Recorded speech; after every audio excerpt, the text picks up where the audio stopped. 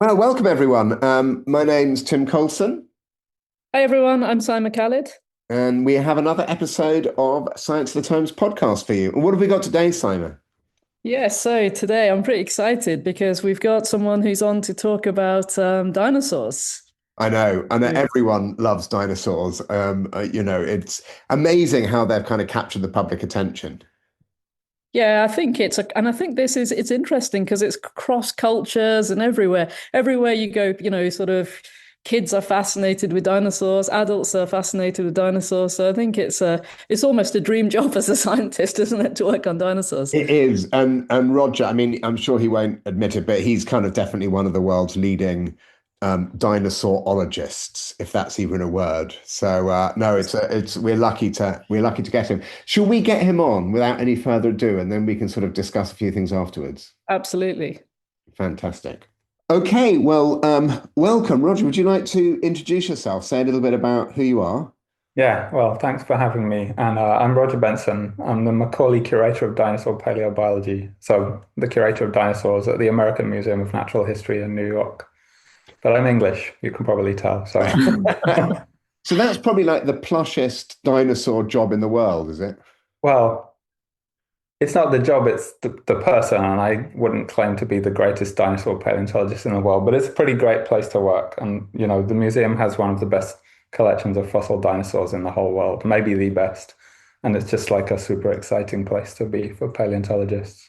It And seems to me like that it's in general, working with dinosaurs must be one of the most sought after jobs. I mean, when you talk to young children, one of the things, it always comes up, right? Everyone wants to do something with dinosaurs or are fascinated by dinosaurs. Yeah, it's very popular among kids. I was interested by dinosaurs as a kid, but I wanted to be a physicist at that time. And my kid, he's the only kid in the world who has no interest whatsoever in dinosaurs.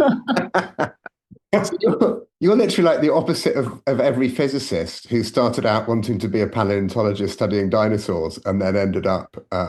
So you did it the other way around. But you can imagine that, like other physicists, I thought, dinosaurs are interesting, but I've gone the whole way. Now I actually study them. So, And so when did you get interested in dinosaurs if it wasn't as a kid? well, I was interested in them as a kid, but I didn't think that was a serious career option. In fact, I remember when I was 6 years old, the teacher went around the class asking people what they wanted to do when they grew up. And I was considering saying paleontologist, but she got to Henry Tootle first, and he said paleontologist. I had to change my mind very quickly. Um, What's he doing then, now? I was always interested in science. I wanted to study physics. I went to university to study physics. And then I discovered that you could actually study dinosaurs and other fossil animals as an object of scientific inquiry that might tell us important things about life on Earth. So then I thought I should do that. I have to ask you though, what happened to, what did you say, is it Henry Tootle? What? Henry Tootle. Well, I don't know what happened to Henry Tootle.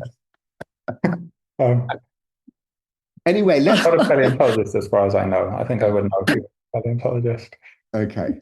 Well, why don't we dive in and ask you some questions about dinosaurs because that's what our listeners are going to want. And actually, talking about people loving dinosaurs, I've got a couple of nephews, Ben and Harry Fitzjohn. So a big shout out to them because they're definitely going to be listening to this about dinosaurs. Simon, do you want to kick off? Yeah, sure. So, Roger, yeah, given we've said that dinosaurs and the topic's so popular with children, and I think it's popular also with adults, is there something, that very sort of obvious to you about dinosaurs that everyone gets wrong, for example? That's a really good question. I thought about this a little. It's hard for me to know what other people think about dinosaurs, but the main thing that strikes me, when I interact with the public and they're asking questions is, we kind of collectively know a lot about dinosaurs culturally, but most people don't know very much about them. They don't know necessarily what they're looking at when they see a fossil skeleton. Um, and it's kind of what even is a dinosaur? Sure. Dinosaurs are a specific group of extinct animals. They're not just all extinct reptiles or everything that has a skeleton. And, one of the most exciting things that people who have some level of knowledge about dinosaurs know is that birds are living dinosaurs. So there's one group of dinosaurs that survived and is with us today. And that kind of reframes how we might think about dinosaurs. So what kind of hypotheses you might have about the animal whose skeleton we can see, what it was like in life. So they're big. Many dinosaurs are big. I don't know if you know that about dinosaurs, but it's a fact. It's tempting to think of them as lumbering reptiles, but actually we know a lot more about their biology, and we have some glimpses of their ecology and how they might have been in life. And they're not really like anything alive today, but they wouldn't have been lumbering brutes of some kind. They're quite interesting dynamic animals. If you saw them on safari, this would be a pretty interesting thing to see. But Roger, how do you know that? You say they were not lumbering and they were, but we've never seen one. So how do we know? Yeah, so it's how do we go from having the bones of the skeleton to knowing something about the biology and potentially the behavior of the animal? Well, one of the most direct insights we get is from the internal structure of bones. So the bone grows as the animal grows, and it, accumulates material on the outside, so it's growing bigger. And, if we cut the bone and can look at the history of growth that's recorded in the bone, we know something about how fast an animal grows. And dinosaurs grow slightly slower than mammals, but a lot faster than reptiles of a similar body size. And that's telling us, that they grow fast. Growth has a relationship with physiology and metabolic rates. It's not strictly necessarily a very, very direct one, but they're much closer to being something like a bird or a mammal than they are to being a reptile. And in order to feed the relatively fast metabolisms of dinosaurs, they must have been pretty active animals. So when I was, when I was a kid back, shortly after the dinosaurs had gone extinct, well, the non-avian dinosaurs had gone extinct, we were told that they kind of lived in swamps, particularly the big sauropods. They'd never, Brontosaurus and Diplodocus, that they probably couldn't even support their weight and what have you. But that's all been overturned with these sorts of discoveries that you're talking about now. Is that right? Yeah, so that was an interesting idea. And actually, when I was an undergraduate student, I did a physics class where one of the problems that was set for us was supposed to prove that a giant sauropod dinosaur couldn't support its weight in air, so on land, and must have been submerged in the water. But we know that that's not true. One of our most direct pieces of evidence about how dinosaurs walked and where they walked is we get their footprints. And there's lots of evidence of sauropods walking on firm substrates in subaerial environments, not just, well, we have much less evidence of them submerging themselves in the water, in fact. And physically, sauropods, the sauropod dinosaurs, they're the quadrupedal, giant, long-necked herbivorous dinosaurs like Diplodocus. They could be really big. The biggest ones we know of are comfortably about 60 tons. And that's about 3 times bigger than the largest mammal that ever lived.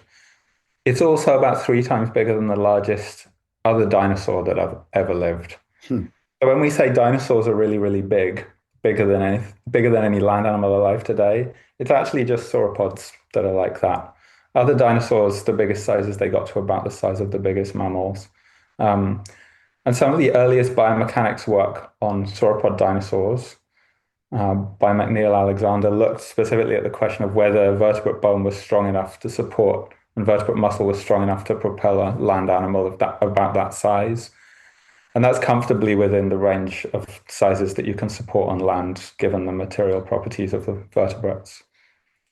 So there doesn't seem to be any constraints from the perspective of theory on how big dinosaurs are well below the maximum potential body size of a land animal. But the ones that survive now, the birds, are all small compared to the huge size of dinosaurs, right? So was there some advantage in the small size? Yeah, well, that's a really good question. It's useful to think just how small birds are, because there are small dinosaurs. We said the biggest dinosaurs are really, really big. The smallest dinosaurs are also really big. They weighed about half a kilo, which to us doesn't seem very big. But if you think about other groups like birds and mammals, Yes. the smallest birds weigh 2 grams. So the smallest non-bird dinosaurs weigh, what do you get then? I've got to do some maths really quickly. They weigh about 250 times the size of the smallest birds. So they're tremendously huge. And if you just enumerated the sizes of all living bird species, the smallest dinosaurs are in the upper 90th percentile. So there's only 10% of living bird species that are the size of the smallest dinosaurs or bigger. But it's actually a really huge mystery how it is that birds, unlike all other dinosaurs, manage to become small. Because you've got these dinosaurs that were around for 170 million years. There's many groups and species evolving through that time. They have lots of chances to be really small, but they never do it. So it looks like there's something in the biology of dinosaurs or the environment they lived in that's stopping them from being small. What about mammals? I mean, weren't the mammals and the proto-mammals that existed during the Triassic, Jurassic, and Cretaceous, they were quite small generally. Were they keeping the dinosaurs from getting small? It's possible. So we don't know the answer, but it's useful to think of like some possible explanations. And actually, that's one of my favorite personal explanations, is once you realize dinosaurs are physiologically more similar to mammals than they are to other reptiles. It's like, why can lizards be small? Why can mammals be small? Why can birds be small? It's possible that mammals are just better at being small, and they're like physiologically or energetically more similar to dinosaurs. So you've got these two groups dividing like potential body sizes between them, with mammals at the time of dinosaurs being generally pretty small, and dinosaurs at the same time being generally pretty big. And this is a little like, why are insects really small today and vertebrates can't be as small as insects? Insects can't be as big as vertebrates, you know. These might be good examples of groups that are somehow excluding each other from body size categories. I suppose there are some tiny fish that though are smaller than vertebrates. I mean, you're talking about on the smaller than invertebrates. So you're really talking on land, are you? Yeah, I'm talking about animals on land, I guess. And there's overlaps between insects and vertebrate body sizes, but the smallest insects, even if you include the smallest fish, Yeah, that's small. smallest insects are much smaller than the smallest vertebrates. And obviously the biggest vertebrates are much bigger than the biggest insects. Yeah, great, Roger. Shall we break, Tim, for a short break and go to our sponsors for a second? We can indeed. And then we'll come back and continue finding out more about the fascinating world of dinosaurs. Sure. See you soon, folks. Hi, Tim. You're looking particularly snazzy today. What are you wearing? I'm wearing a piece from a company called Grace and Garbo. And actually, you know a little bit more about them than I do, to be honest. Yeah, you're right, I do. And you're the fashion queen. Yeah. I'm also wearing a piece from Grace and Garbo. So this is a delightful knitwear outfit set up in Birmingham. What they do is they source knitwear, quality knitwear from all around the world. So it's vintage, one-off pieces, many of which they then hand embellish, like the one you're wearing today with its beautiful purple flowers. And so they're big on sustainability. Nothing goes to waste. Everything is sort of recycled and reused. And if you want to know more about them, then have a look at the link beneath this episode. And thank you very much to them for supporting our podcast. I hope their sales soar. Yeah, thanks a lot, Grace and Garbo. Well, welcome back. So, dinosaurs were around for a very long time. They're an extremely successful group of organisms. And what did it look like, the world that they inhabited compared to the world today? I mean, did Jurassic Park sort of get it right in terms of the way they moved and the way they foraged, do you think? I know it's a film, but presumably the grasslands they were feeding in didn't exist. The fruiting trees that were around in those films weren't there throughout most of the life of the dinosaurs. Tim, are you suggesting that Hollywood's not real? I think to answer your exact question, I have to remember exactly what happened in Jurassic Park. In Jurassic Park now, there are so many movies, and they've become further and further from what we understand scientifically, at least in that time. But there's several different things here. There's big differences in plants. It's not till near the end of the history of dinosaurs that flowering plants start to first appear and then become diverse and start to include, say, like tree-sized plants. There aren't grasslands during the time of dinosaurs, certainly. And most of the time, there's no grass at all. Yeah. So the low-growing vegetation is mostly ferns. There aren't fruits in the strict sense. The fruit is a structure of angiosperms only, but there are sort of analogs of fruit on some other plants. So you could get fleshy cones of some gymnosperms. But even including those, fruit is a lot less abundant in most of the time dinosaurs are around. And the same for things like nuts and other organs, reproductive organs that are intended, evolved in plants in order for animals to aid with seed dispersal. The world on average is hotter than today in the time of dinosaurs. There aren't substantial polar ice caps. There may have been ice on high mountains and things like this. Because there's no ice, short-term climate fluctuations over the timescale of thousands of and tens of thousands of years are probably less. But remember that dinosaurs are around for 170 million years. So in that time, there's a lot of climate variation, including about 100 million years ago, probably one of the, if not the hottest time in the last 250 million years or so. The continents, when dinosaurs first appear in the Triassic, are one landmass, and gradually through time they're separating. By the time dinosaurs become extinct, they're in something similar to their present day positions, but the Atlantic is smaller.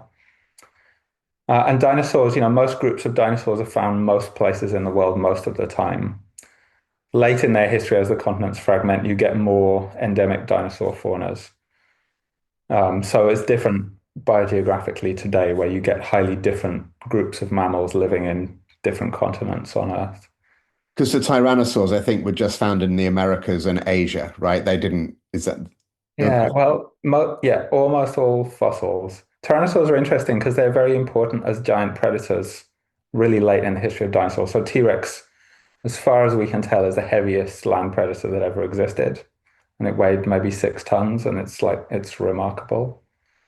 But it's, that group split off from other groups of predatory dinosaurs by the Middle Jurassic, so by about 160 million years ago. So Tyrannosauroids, the group that includes T-Rex, were around for about 100 million years. And our questions about their distributions are actually, it's not clear whether they ever made it into the southern continents, so places like Australia, South America, and Africa. And if not, why they didn't make it down there. But there's a few bones that might belong to them. We're not 100% sure. But many groups of dinosaurs that are that old did achieve wide distributions. There seems to be some climate controls on which groups you get where. Late in the history of dinosaurs, things like giant tyrannosauroid predators are just found in North America and Asia.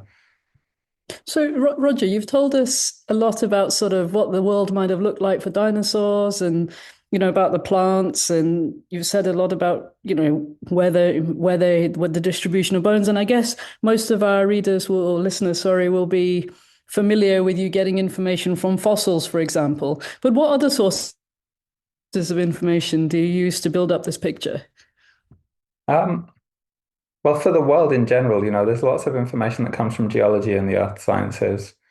So a lot of our information on what the Earth's climate was like comes from the isotopic composition of shells of extinct fossil animals that lived, say, like in ocean water, and they're building their shells from calcium carbonate.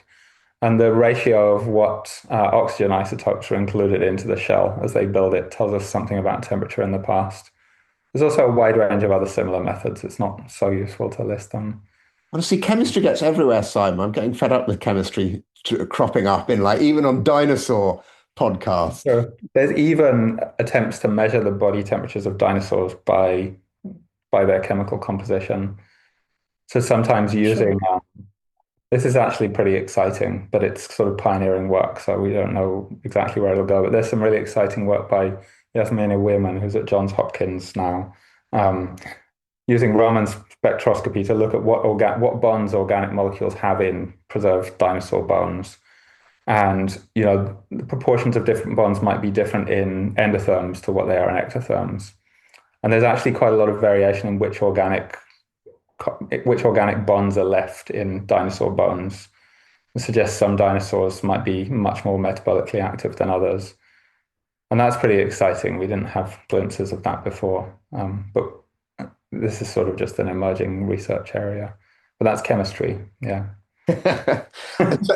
So when I think of dinosaurs and sort of what they ate and what they sort of fed upon, I kind of tend to think of them falling into groups. So I think certainly the large predators of being on two legs with relatively short arms, a bit like a small version of T-Rex. I think of these things like, I don't know if you still call them this, but Stegosaurus was wandering around with its head down, probably grazing on on ferns, quite armored. Your sort of giraffe equivalents being the sauropods or that type of dinosaur. Is that kind of generally right, or what? And then there's obviously some smaller ones. Well, what was the dinosaur community like? So you're right that there's lots of groups of herbivores and they have quite different body forms.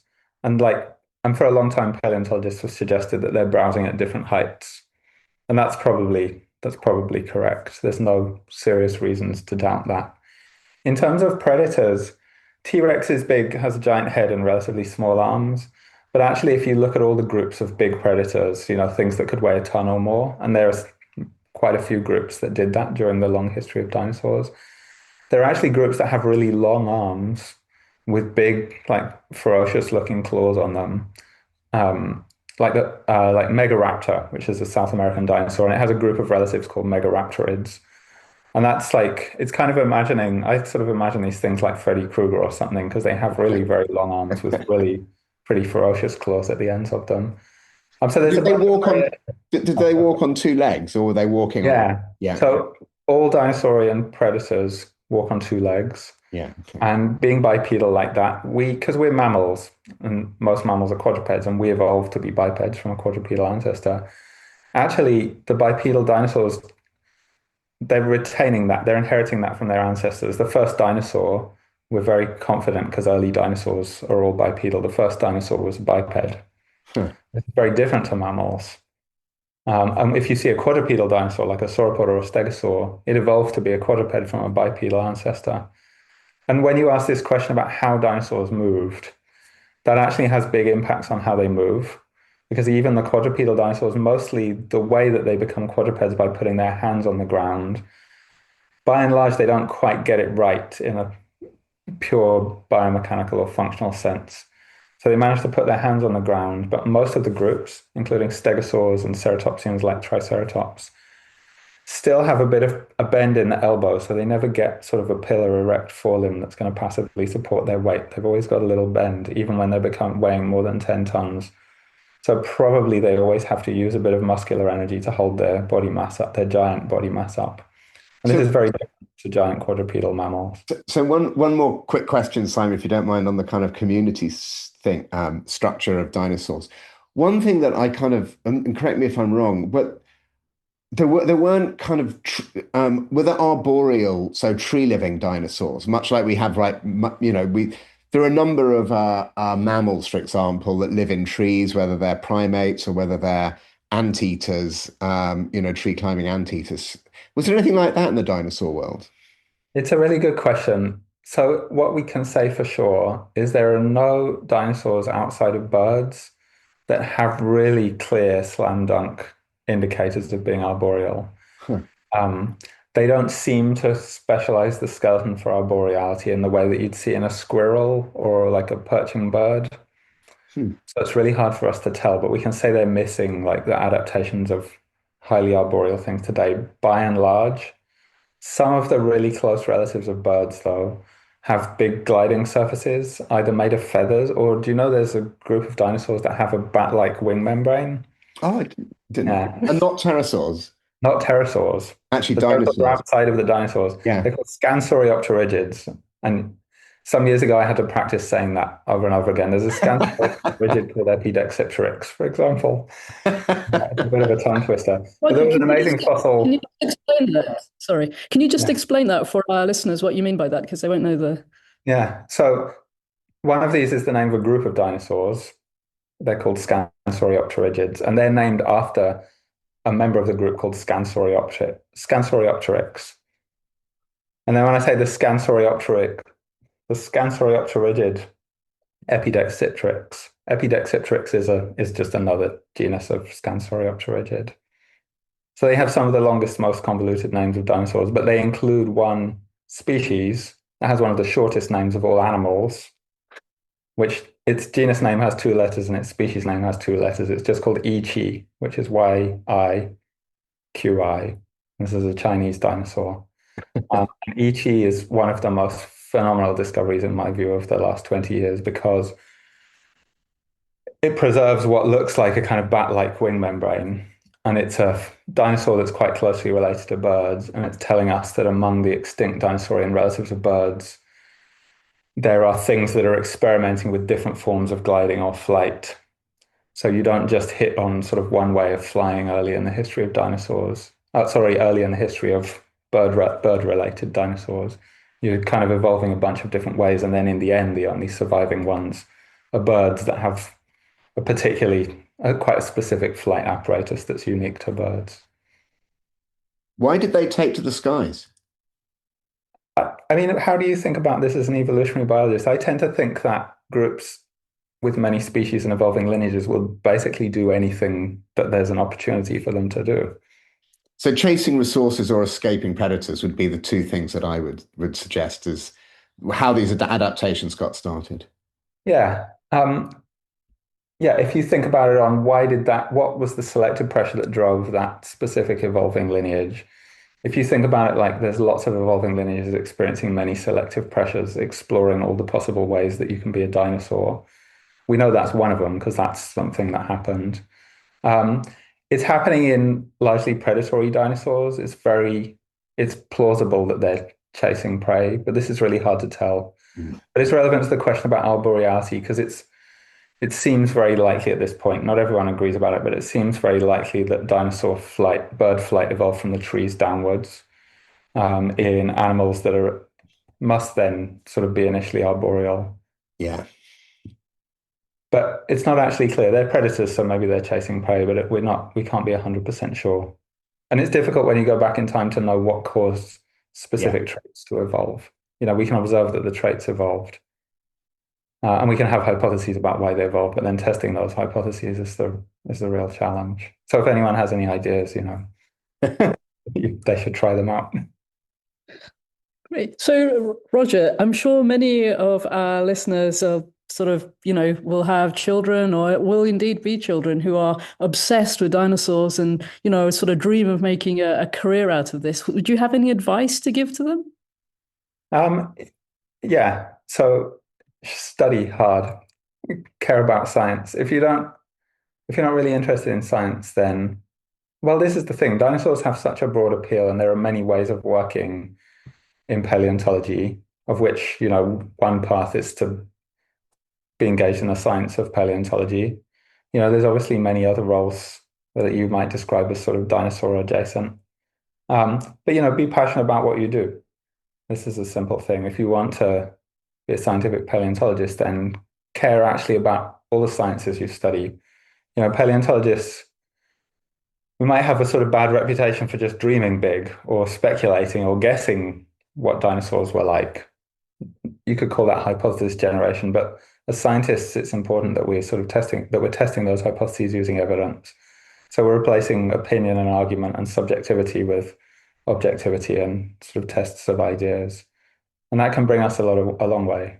And it's obviously exciting. People love dinosaurs, but is there any relevance for the world today? I think it's useful to imagine what if we didn't know anything about dinosaurs or other extinct animals from the past. In the case of dinosaurs, one of the really startling things about them is I don't think anyone would guess that, there's a group of animals related to birds that was around, until 70 million years ago, members of which could weigh 60 tons. I don't think you'd guess at sauropods or T-Rex. I don't think biologists would have predicted the existence of these animals. And, I think that has a huge effect on how we just think about organisms and ourselves and the history of the planet that we live on. That's the most. So the fact these giants went extinct and a whole group of incredibly successful animals, obviously birds survive, but non-avian dinosaurs, the fact they all went extinct, that kind of tells us about how fragile existence can be for a group of species. Yeah, so more broadly, that the Earth has changed a lot in the past, and it likely will continue to change in the future. It's useful to bear in mind the timescale of those changes. So dinosaurs were around for 170 million years. Even in that time, the Earth is changing a lot, and individual groups of dinosaurs are becoming extinct and new groups are evolving. Things like this. Specifically for the extinction of dinosaurs 66 million years ago, you can think of that as the worst day to be alive of the last 500 million years. that probably has no, we might be really unlucky, but that's very unlikely to happen, in our lifespans, or maybe even the lifetime of our species. Um, so that's not a direct analog for the present day. It might have been a good day for some mammals, though.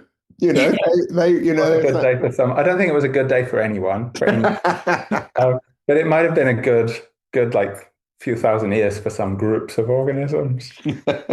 Um, you know, 100 million years ago was the hottest time of the last 250 million years, the Cenomanian-Turonian thermal maximum. And, that's firmly in the time that dinosaurs are important on Earth.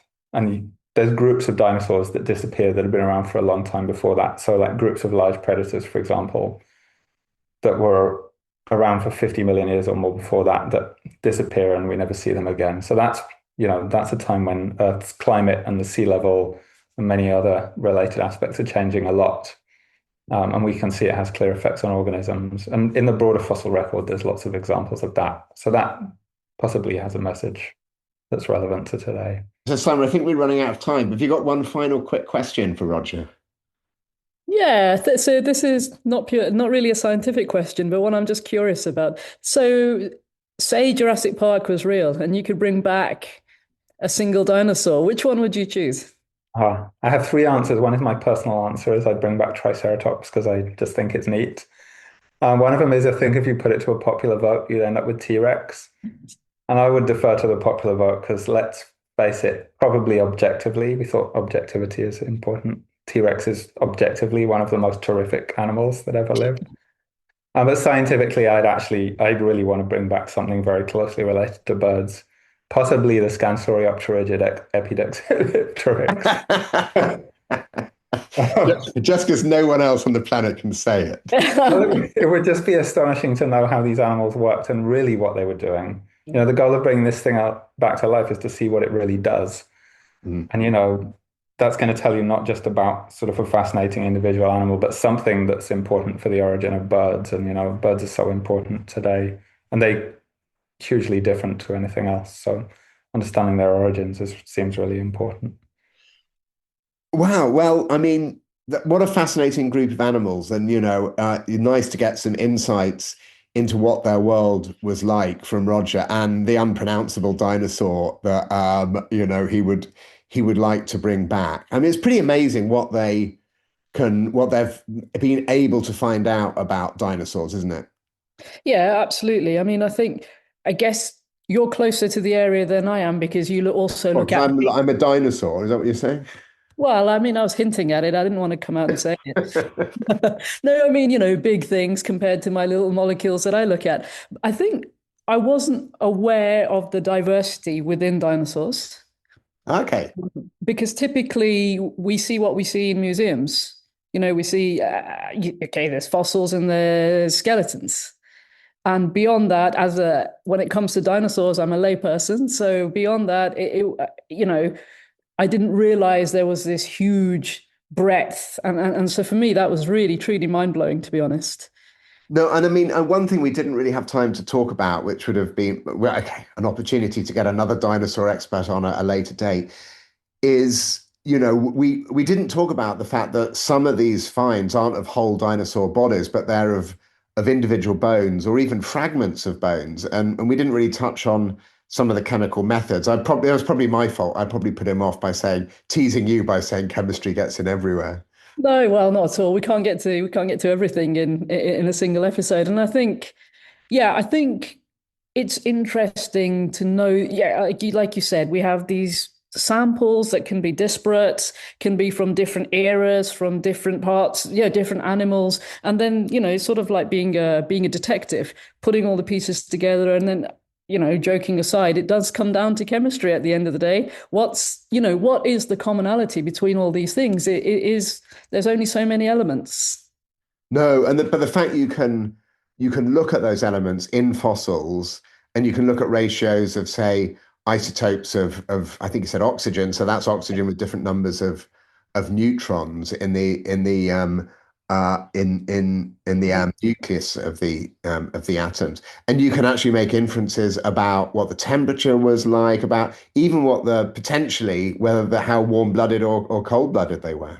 Yeah, absolutely. And you can get information he was saying about from bonds, right? About metabolic Yeah, activity from chemical bonds, right? So, we know that certain types of bonds will be more easily digested than others, for example. So we can use this kind of information. And of course, there's also carbon dating. So the different isotopes of carbon can tell us about how old things are, just as again, using the ratios of isotopes.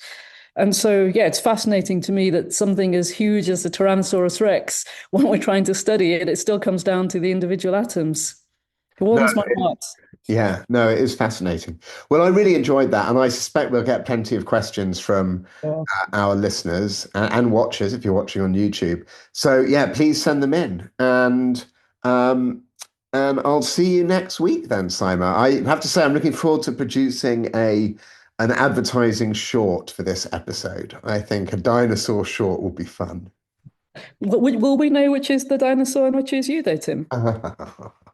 Was Yeah, that and we didn't get on to whether they are cold-blooded like you or warm-blooded like me, did we?